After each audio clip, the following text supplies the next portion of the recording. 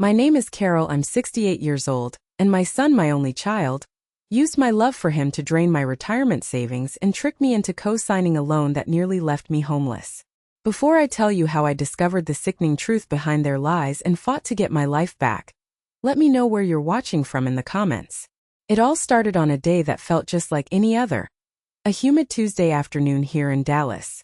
The air was thick and heavy, the kind that makes you grateful for the blast of cold air that hits you when you walk into a store. I was at our local grocery store, the one I've been going to for 30 years, picking up an apple pie for our Sunday dinner. It was a little tradition of ours. No matter how tight things got for my son, Mark, and his wife, Jessica, we always had Sunday dinner.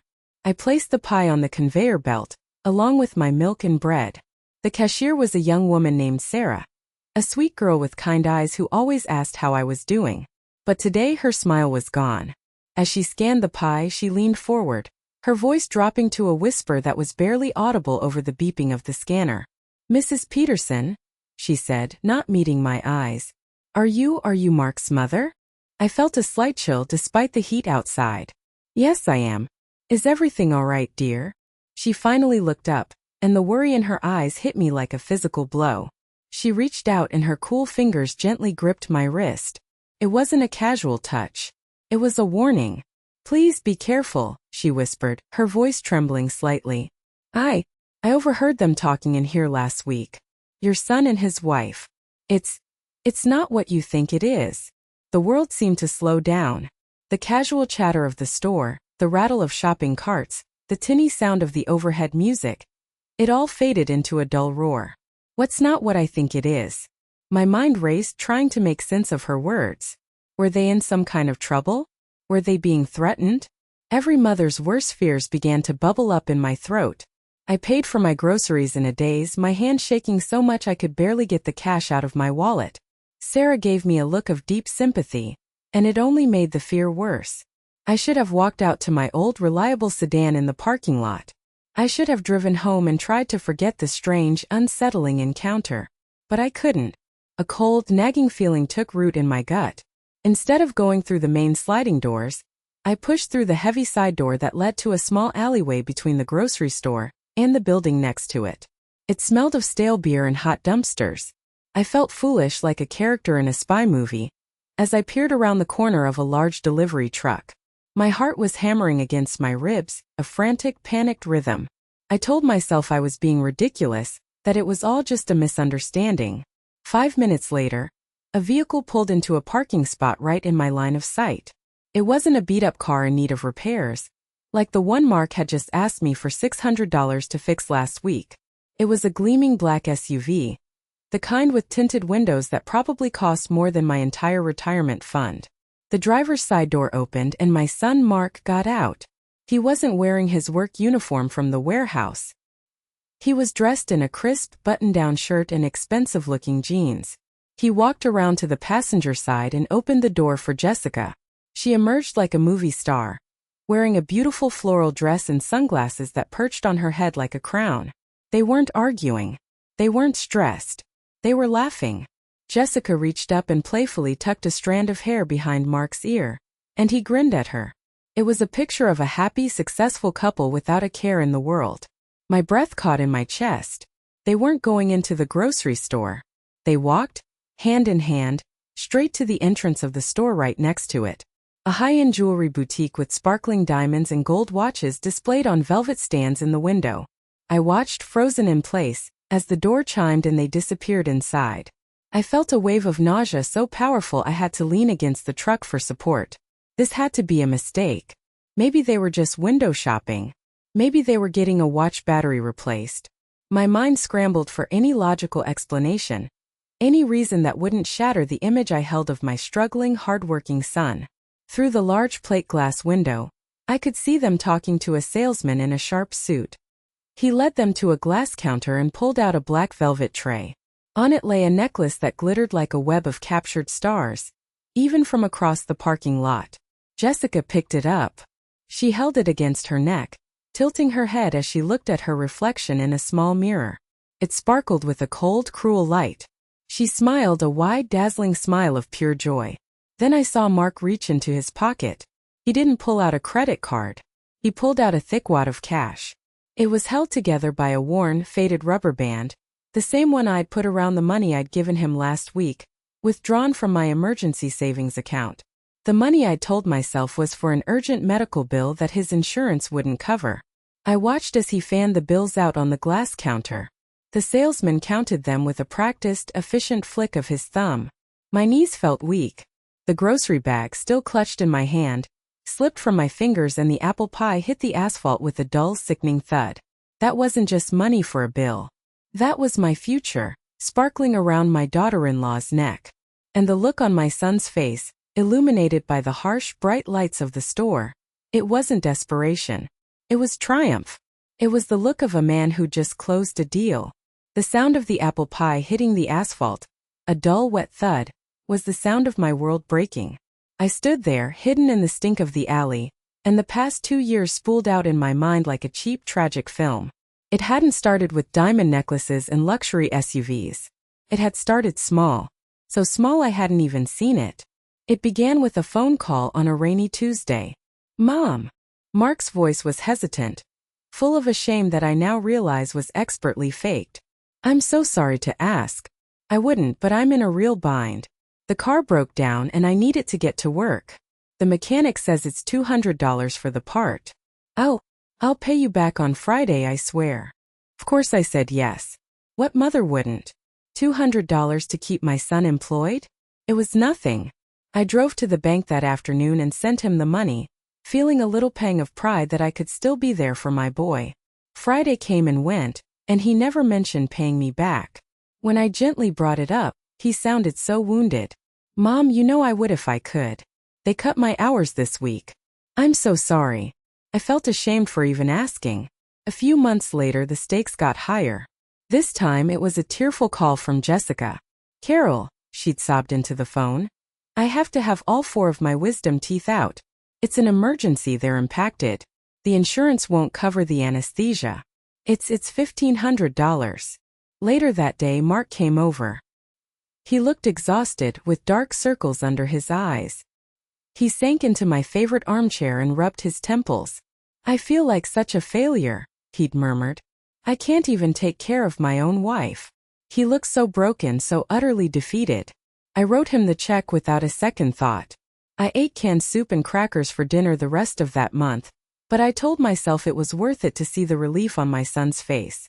The calls became a regular feature of my life. Each one was a new, expertly crafted crisis.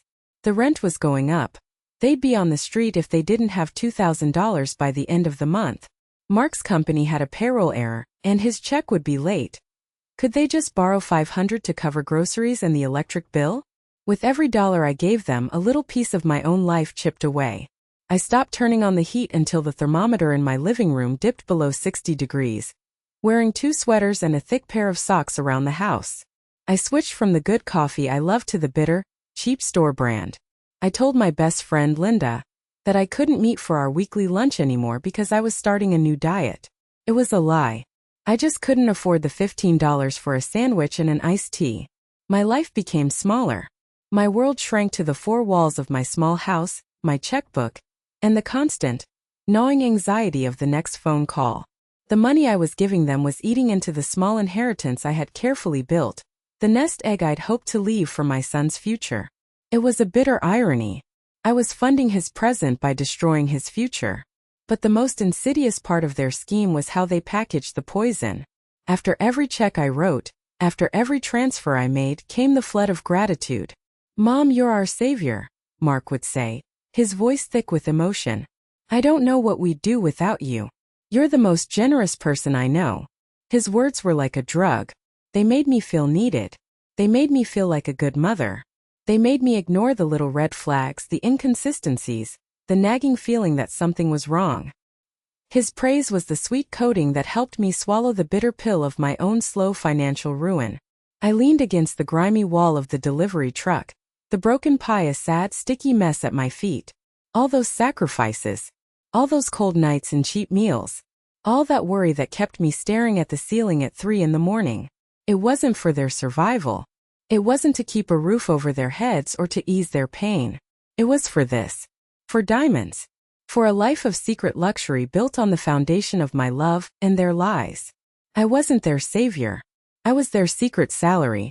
And as I watched them get back into their shiny SUV, laughing without a care in the world, I had a sickening feeling that a diamond necklace was only the very beginning of what they had stolen from me. The memory that truly made my blood run cold came to me as I watched their SUV pull out of the parking lot and disappear into the flow of Dallas traffic. It was a memory from 6 months ago, the day I made the biggest mistake of my life. Mark had shown up at my door on a Sunday evening. He looked terrible. His face was pale, his eyes were red-rimmed, and he looked like he hadn't slept in days. He collapsed onto my sofa and put his head in his hands. "Mom," he'd started, his voice cracking. "Something's happened. It's Jessica." My heart immediately went into nurse mode. I sat beside him, putting a hand on his back. "What is it, honey? What's wrong?" He took a shaky breath and told me a story about a rare autoimmune disorder. He used a lot of big, confusing medical terms talking about her immune system attacking itself, about debilitating fatigue and chronic pain. He said the doctors had finally found an experimental treatment, a new biologic drug that wasn't covered by their insurance. It was their only hope, he said. "How much is it, Mark?" I asked, my own voice trembling. He wouldn't look at me. He just stared at my worn floral carpet. $25,000. The number hung in the air between us. It was an impossible sum. It was more than half of my entire life savings. "Oh, honey," I whispered, my mind reeling.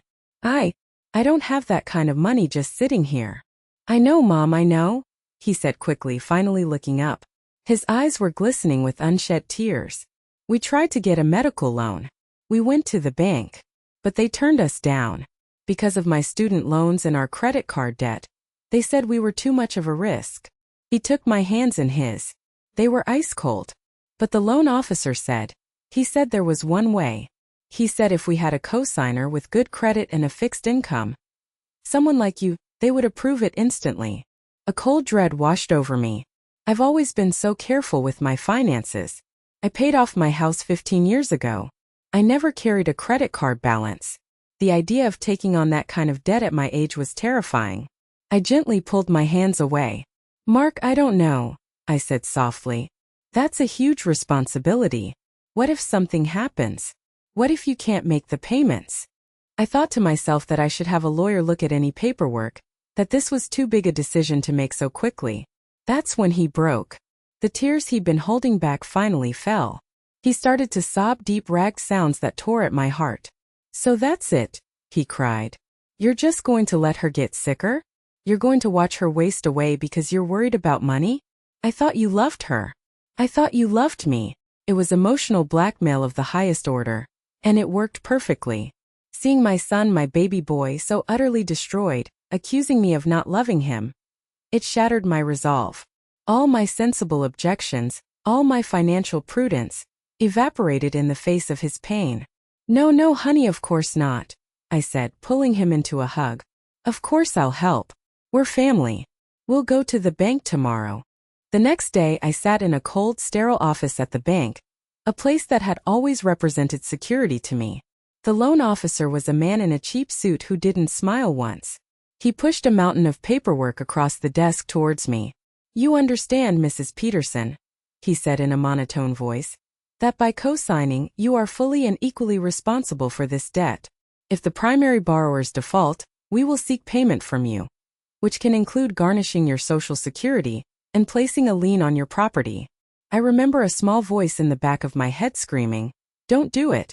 But then I looked at Mark, who was sitting beside me, his leg jiggling with nervous energy.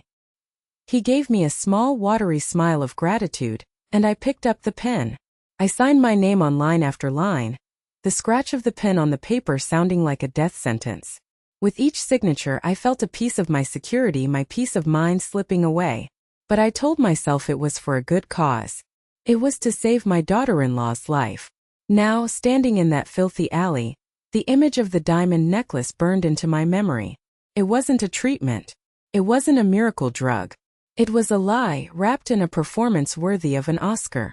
That $25,000 hadn't gone to a hospital or a pharmaceutical company. It had gone to fund a fantasy life, and I was the one who was going to be stuck with the bill. I had signed my financial life away, believing I was a hero saving my family.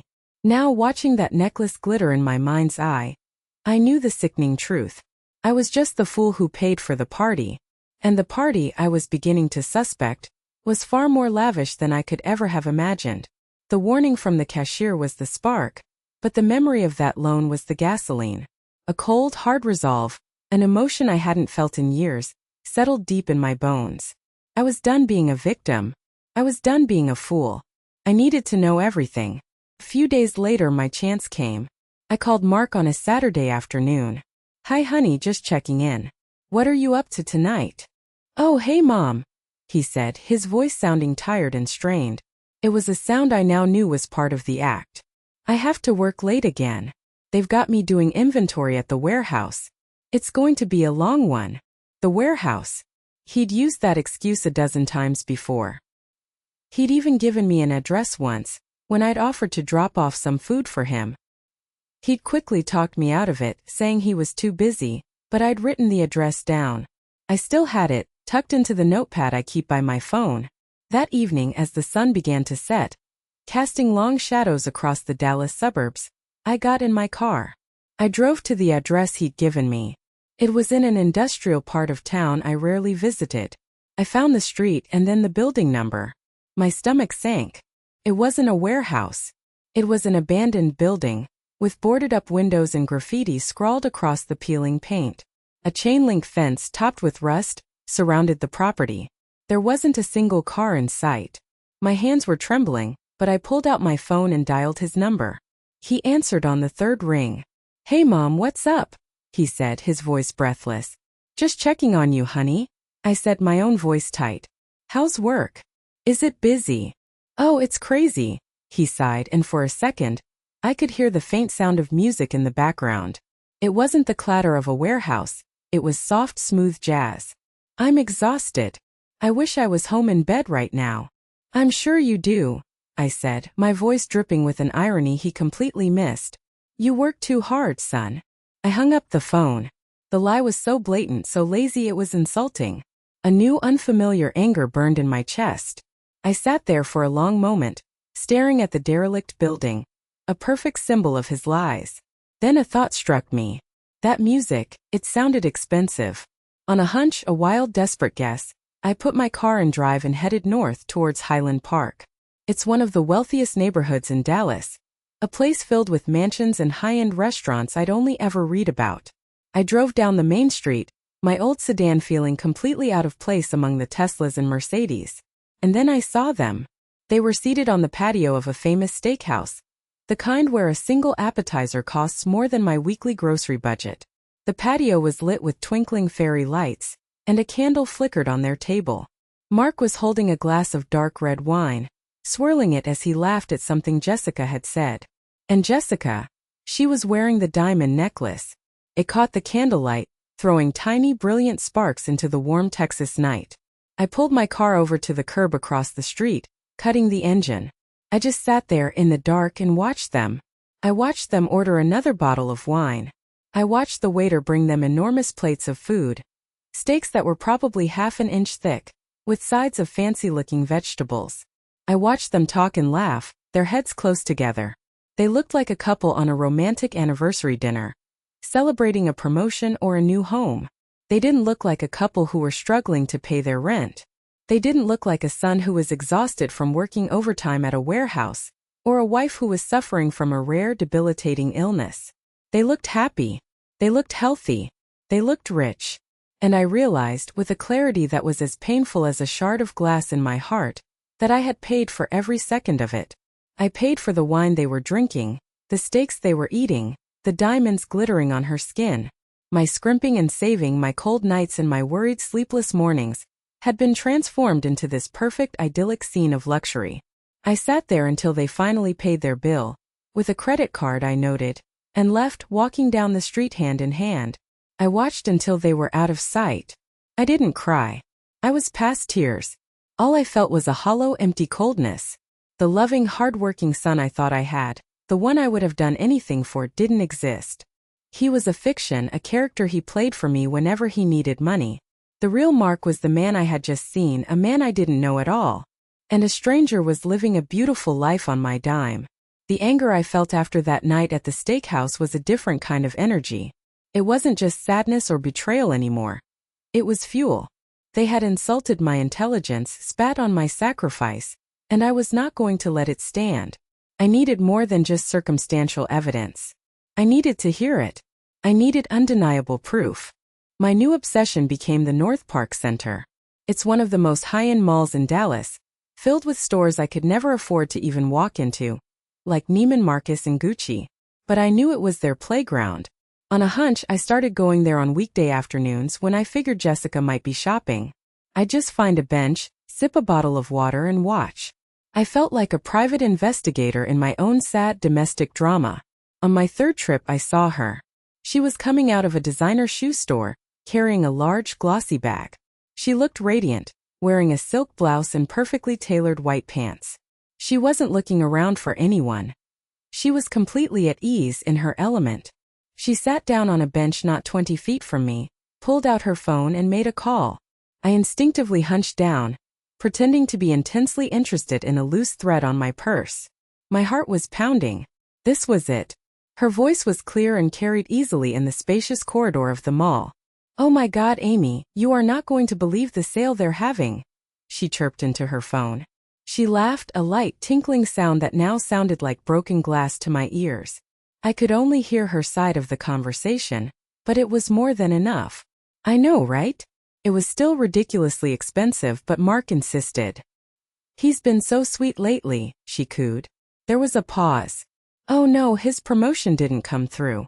We're still struggling," she said, and I could hear the sarcastic air quotes in her voice. "But don't you worry. We have a backup plan." She laughed again. "Mark's mom. Honestly, she's a complete goldmine. Bless her heart. She's so gullible. You wouldn't believe it." I felt the blood drain from my face. My hands gripping my purse were slick with sweat. "Last week," Jessica continued, her voice filled with amusement, "Mark told her he had a bad cough and needed to go to the doctor for some expensive tests for walking pneumonia. He just coughed into the phone a couple of times, put on his best sat puppy voice, and a check for $500 showed up the next day.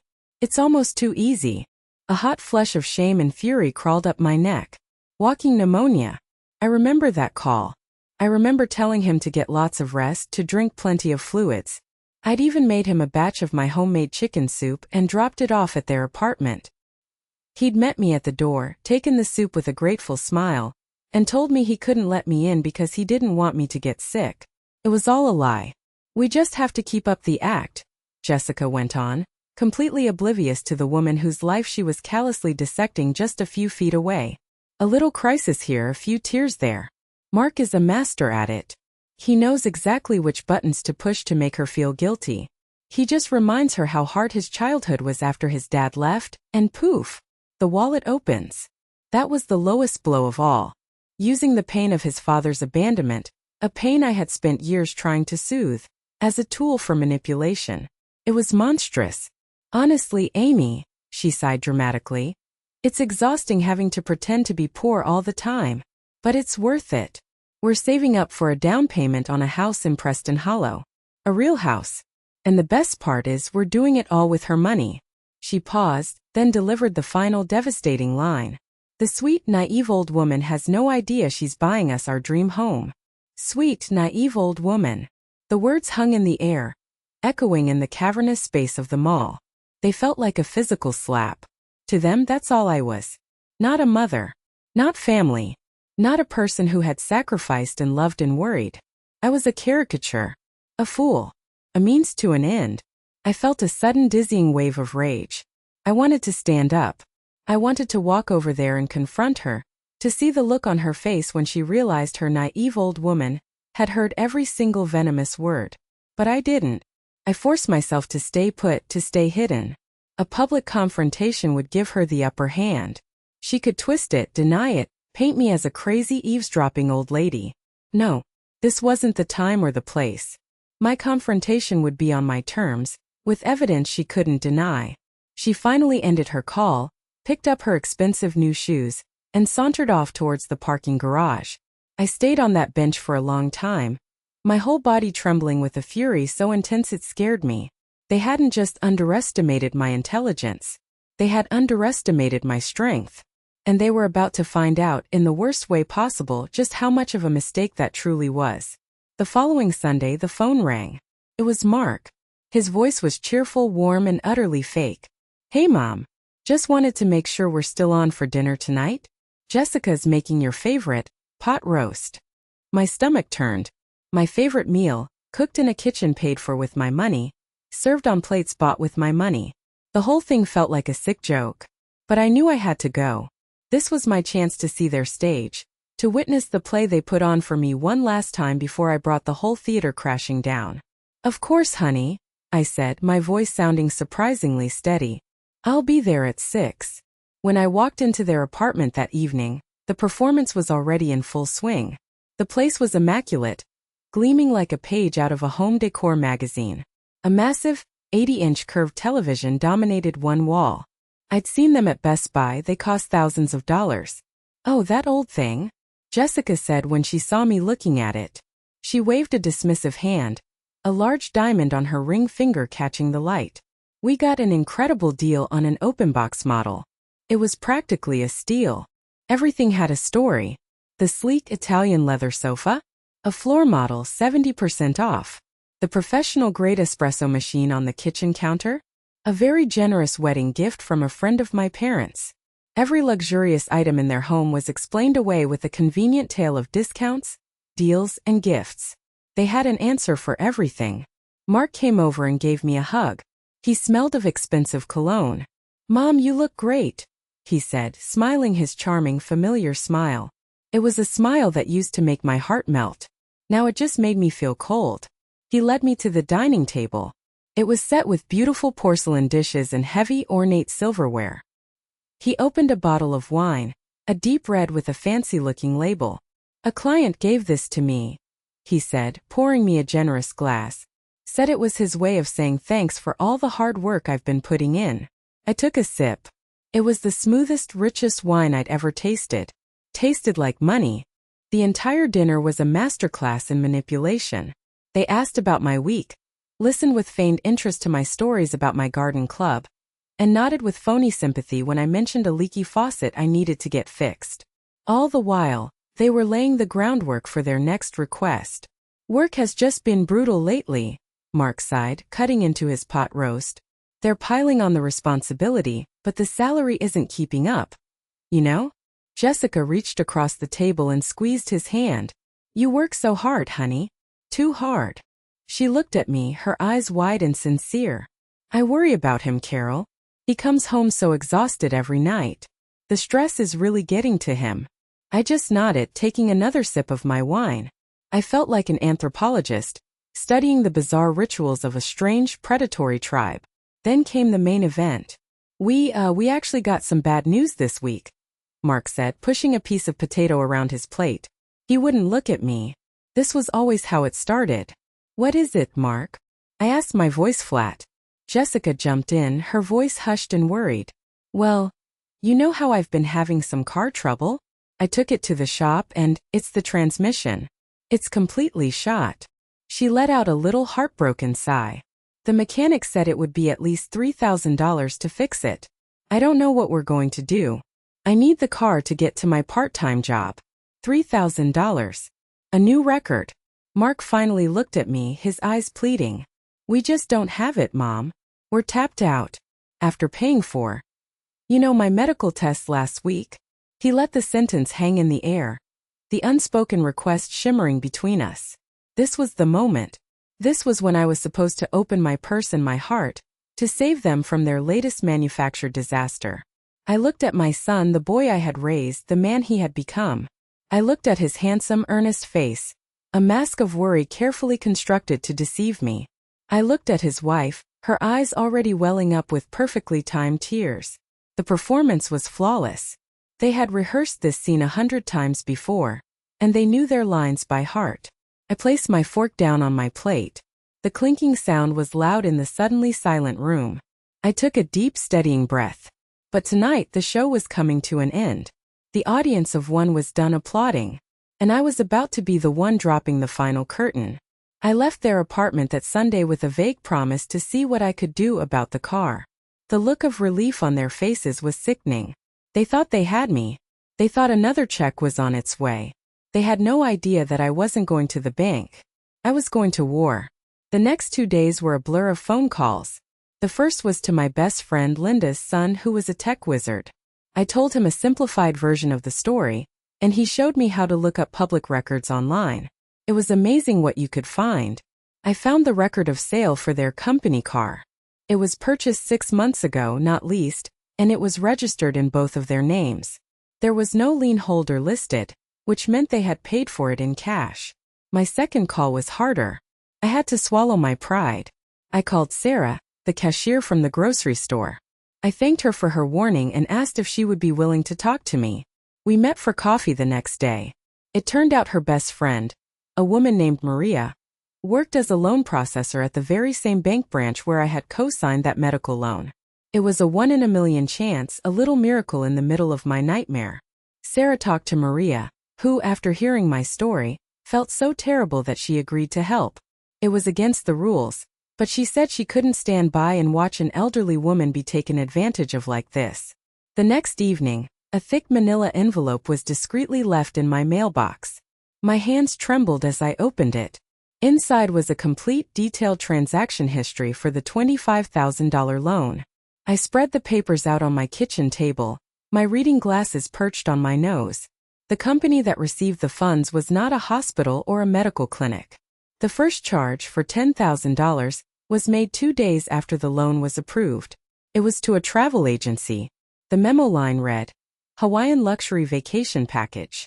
I felt the air leave my lungs. Hawaii. While I was turning down my heat and worrying about my electric bill, they were on a luxury vacation. The next charge was for $5,000, made at a high-end watch boutique in the Galleria Mall. A quick Google search told me it was an authorized Rolex dealer. 2 Rolexes. One for him, one for her. The remaining $10,000 had been withdrawn in cash over the course of a week. It was the same $10,000, I realized with a jolt, that had likely been used as the down payment on their shiny new SUV. It was all there. Black and white. Undeniable. Proof so absolute it made me feel sick to my stomach. This wasn't just dishonesty. This was a calculated, cold-blooded campaign of fraud, executed against their own mother. Just as I was sitting there, staring at the evidence, my phone rang. It was Mark. His voice was a high-pitched squeal of manufactured panic. Mom, you have to help. We got a letter from the bank. It's about the loan, the medical loan," he shrieked. "It says we missed a payment and it's in default. They're threatening to take action. They mentioned your house, Mom. I don't know what happened, it must be a bank error. We've been making the payments, I swear." It was their endgame, the final brilliant move in their sick chess match. They would default on the loan they never intended to pay, blame it on a bank error, and scare me into making the payments myself to save my own home. It was diabolical. I let him finish his frantic, lying speech. I let him spin his web of fake confusion and terror. And when he was finally done, I took a deep breath. The fear and sadness I had been feeling for weeks was gone, replaced by a strange, liberating calm. I finally knew exactly what I had to do. "Don't you worry, son," I said, and I was shocked by how steady and cold my own voice sounded. "Don't you panic. I'm coming over right now." "You are?" "Oh, thank God, Mom," he said, the relief in his voice palpable. "Bring your checkbook. We can go to the bank together and sort this out." "Oh, I'll be there," I said, a grim smile touching my lips for the first time in months. "And we're going to sort all of this out face to face." He had no idea I wasn't coming with my checkbook. I was coming with receipts. The drive to their apartment was the calmest I had felt in months. The anger was still there, a hot coal glowing in my chest, but it was a controlled burn now. The panic and confusion were gone, replaced by a steely sense of purpose. I had the truth in a thick manila envelope on the passenger seat next to me, and it felt like armor. When I knocked on their door, Jessica opened it. Her eyes were red and puffy, and she was dabbing at them with a tissue. The performance had already begun.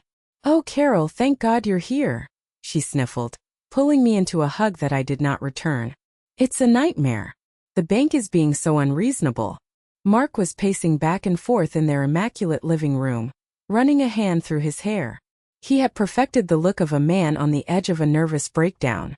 I just don't understand it, he said, his voice laced with frantic energy. I sent the payment. I have the confirmation number right here. He waved his phone vaguely in the air. I walked past Jessica and went straight to the center of the room. I looked at their expensive sofa, their giant television, the designer art on their walls. I looked at the two of them, my son and his wife, two actors playing the roles of victims in a tragedy they had written, directed, and produced themselves. I didn't say a word. I simply took the manila envelope and turned it upside down. The papers cascaded onto their glass coffee table with a soft, rustling sound that seemed to echo in the silent room.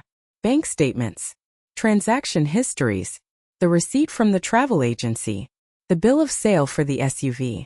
Jessica froze mid-sniffle. Her eyes widened as she stared at the pile of documents. Mark stopped his pacing, his mouth hanging slightly open. He looked from the papers to my face, a flicker of confusion in his eyes. Mom, he said, his voice small. What is all this?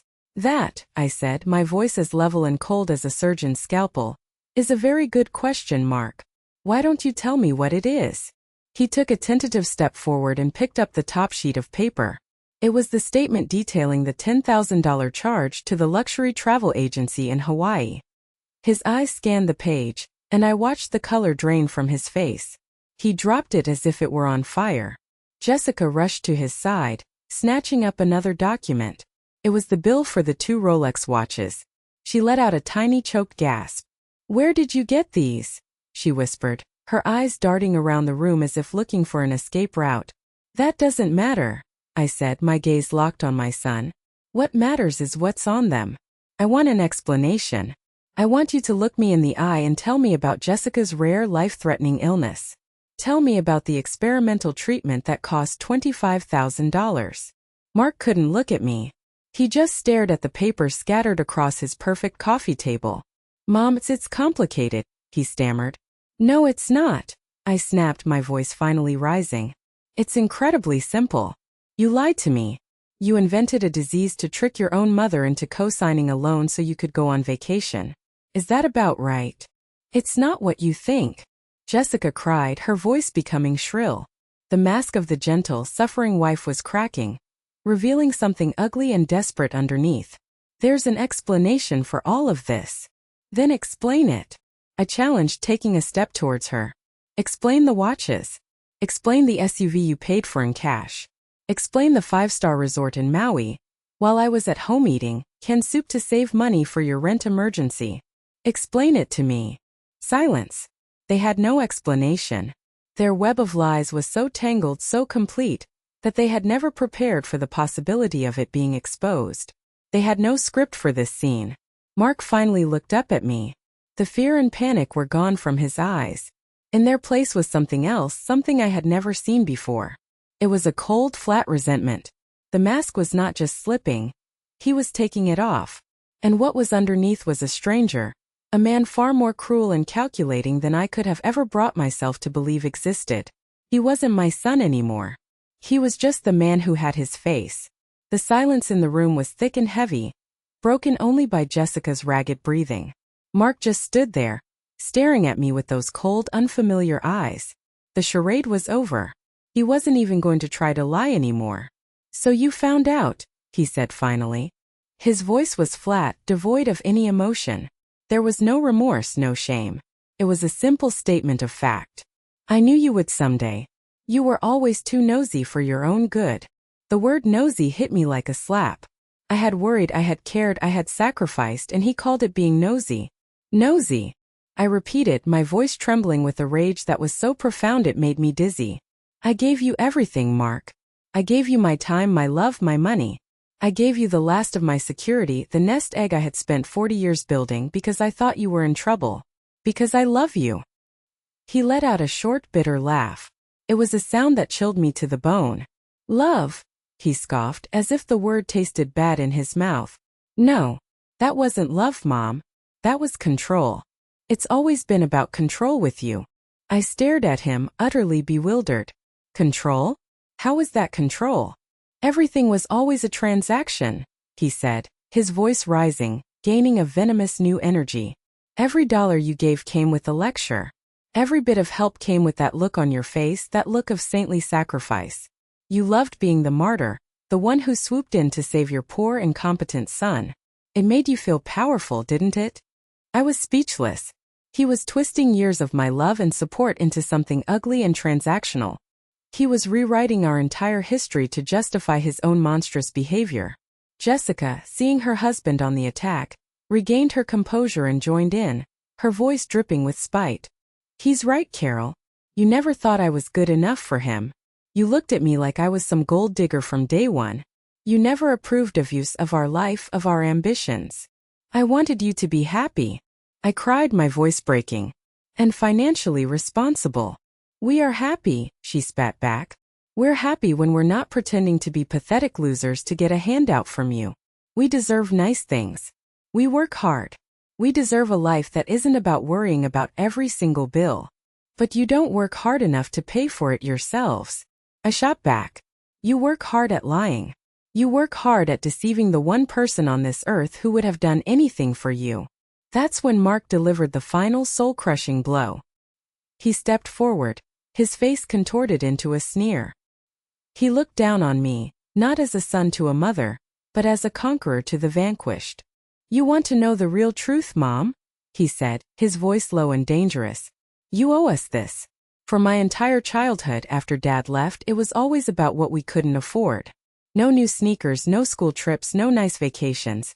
It was always we have to save. We have to be careful.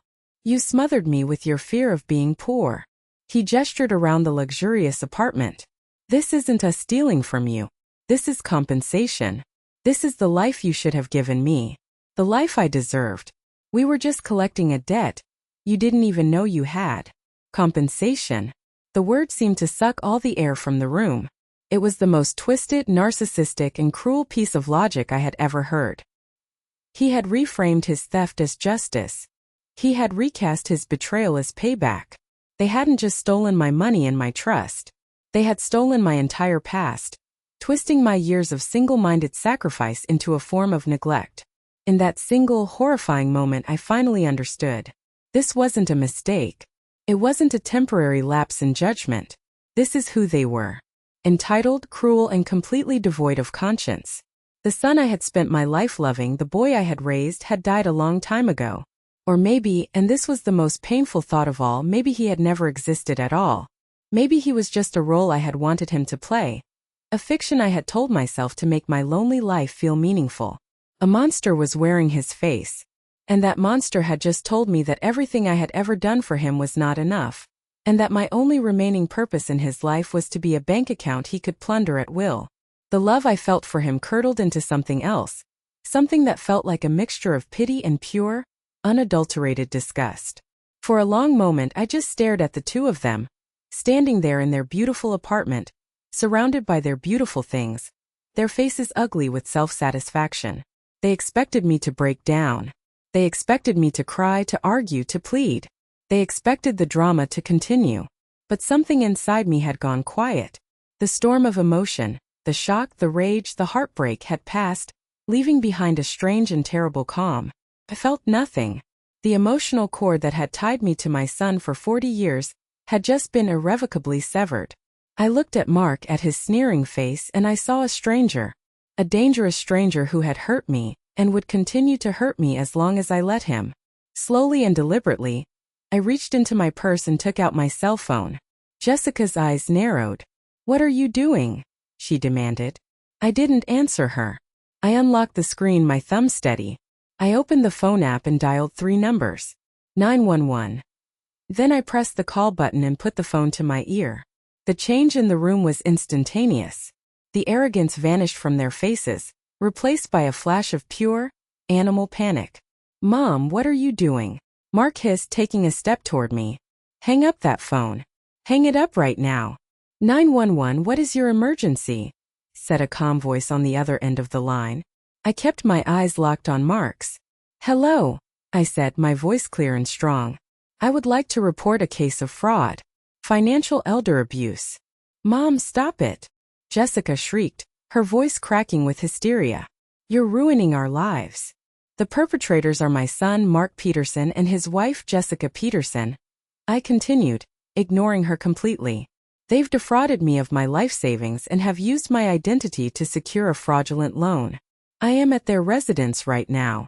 I gave the operator their address.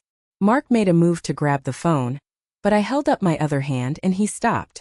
For the first time he looked truly scared. The consequences were no longer theoretical. They were real and they were on their way. The 10 minutes it took for the police to arrive were the longest of my life. The three of us stood in silence in that beautiful living room. The ugly truth finally exposed between us. When the knock came, I was the one who opened the door. The two officers were professional and serious. I explained the situation calmly, presenting them with the envelope of evidence. I showed them the loan agreement with my forged signature for certain approvals they had faked, and the bank statements that detailed their spending spree. They listened patiently, their expressions growing grimmer with every page I showed them. The weeks that followed were a blur of police stations, bank offices, and consultations with a lawyer I had to hire with the last of my available funds. He was a kind but firm man who told me I had a strong case. Mark and Jessica were charged. They tried to fight it at first, hiring an expensive attorney who tried to paint me as a confused, vindictive old woman who had given them the money as a gift and then changed her story. But the evidence was overwhelming. The paper trail was undeniable. Sarah and her friend Maria gave statements about the loan. My lawyer was able to prove that the trip to Hawaii was booked the same day Jessica was supposedly getting her emergency dental surgery. Their web of lies, so carefully constructed, fell apart under the harsh light of legal scrutiny. They tried to contact me, of course. First came the angry, threatening texts. Then, as their legal situation worsened, the tone changed. The texts became desperate, pleading. Voicemails from Mark sobbing, begging for my forgiveness, telling me he'd pay it all back, that he'd made a terrible mistake. Voicemails from Jessica, telling me I was tearing the family apart. I never answered. I blocked their numbers. I changed my own. One day, I went through my house and gathered up every single picture I had of Mark. His baby pictures, his high school graduation portrait, the photos from his wedding. I packed them all into a box and put it in the deepest, darkest corner of my attic. It was a funeral for a son who was still alive. The legal battle was long and emotionally draining. But in the end, justice was served. They were found guilty of fraud and ordered to pay restitution. The fraudulent loan was removed from my name, my credit was restored, and my house was safe. They avoided jail time, getting a lengthy probation instead, but their lives as they knew them were over. Their reputations were ruined, and they were forced to sell their precious SUV and all their designer things to begin paying me back. I had won. But standing alone in my quiet house, it didn't feel like a victory. It just felt empty. I had saved my finances, but I had lost my only child. The first few months after the trial were the hardest. The silence in my house was a physical presence. Every time the phone rang, my heart would leap for a split second, thinking it might be him before I remembered. The habit of being a mother, of worrying and caring and being on call, is a hard one to break. I felt adrift, a ship without an anchor. My purpose for the last 40 years had been my son, and now that purpose was gone. My friend Linda was my rock. She would come over with coffee, refuse to let me wallow in my sadness, and drag me out of the house. "You're not just a mother, Carol," she told me one afternoon as we sat on my porch. "You were a person long before he came along. It's time to find her again." She was right. Slowly, tentatively, I began to rebuild. I joined the local garden club I'd always been interested in. I started volunteering at the library twice a week, reading stories to children. Their innocent, happy faces were a balm to my wounded soul. I reconnected with old friends from my nursing days, and we started having a regular monthly dinner, filling my house with laughter for the first time in a very long time. One day I got a letter in the mail. It was a thank you card from Sarah, the cashier. Inside, she had written a short, simple note. "You are the strongest woman I have ever met," it said. "Thank you for showing me what courage looks like." I put that card on my refrigerator and I looked at it every single day. It reminded me that my actions had meant something. I sold my small house, the one filled with too many ghosts and memories. I used the money, along with the first of the court-ordered restitution payments, to buy a small condo in a retirement community. It was smaller, but it was bright and new, and it was all mine. It was a fresh start. I've learned a lot in this past year. I've learned that love, true love, should not require you to set yourself on fire to keep someone else warm. It should not demand your blindness or your silence. I've learned that there is a vast difference between helping and enabling, and that sometimes the most loving thing a mother can do is to say no. I still have moments of sadness. I mourn the son I thought I had, and I mourn the grandchildren I will now never know. The wound of his betrayal will likely never fully heal, but it no longer defines me. My life is not about what I lost. It's about what I have found. I have found peace. I have found new friends. Most importantly, I have found myself again. I am not the sweet, naive old woman they thought I was. I am a survivor. I am stronger than I ever knew. My life is smaller now in some ways, but it is also more honest, and it is entirely my own. There are no more lies waiting on the other end of the phone. No more manufactured crises designed to drain my spirit and my bank account. There is just quiet, simple, and precious peace. Thank you for listening to my story. It wasn't easy to tell, but I felt it was important. I have to ask you, the person watching this right now, have you ever loved someone so much that you ignored the warning signs? Have you ever given a piece of yourself away in the name of family, only to find it was thrown away like trash? Please, share your experience in the comments below. We need to remind each other that we are not alone in these struggles. If my story resonated with you, please give this video a like, and subscribe for more stories from people just like us. Let's create a community where our voices are heard, and our strength is celebrated.